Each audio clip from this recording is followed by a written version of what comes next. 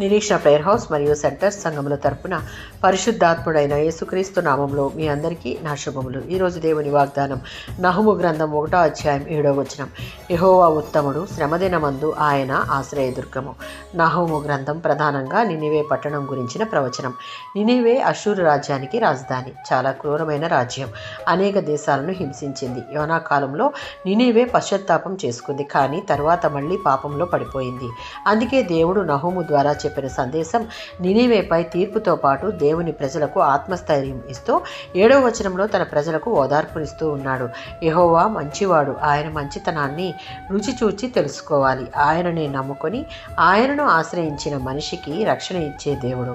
యెహోవా ఉత్తముడు అనగా దేవుని స్వభావం మంచితనం. ఆయన తీర్చే తీర్పు న్యాయంగా ఉంటుంది. 145వ సంకీర్తన 9వ చరణం. యెహోవా అందరికీ మేలు చేయవాడు. రోమీయులకు రాసిన పత్రిక 8వ అధ్యాయం 28వ వచనం.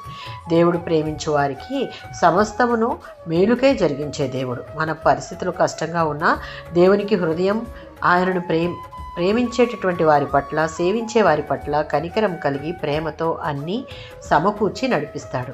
శ్రమదినమందు ఆయన ఆశ్రయదుర్గముగా ఉంటాడు. దుర్గము అంటే రక్షణ స్థలం.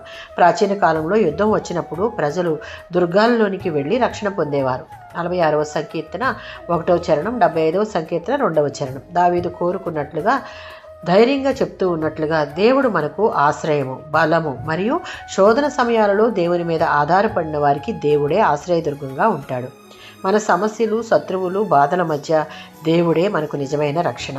దేవుని బిడ్డలంగా ఉన్న మనం దేవుని యొక్క మంచితనమును జ్ఞాపకం ఉంచుకొని కష్టకాలంలో మనుషుల మీద కాక దేవునిని మాత్రమే ఆశ్రయించే వారంగా ఉంటే మనకున్న ప్రతి సమస్యను నెమ్మదిగాను ఆశీర్వాదంగాను మార్చుటకు ఆయన మాత్రమే సమర్థుడు. ఆమేన్.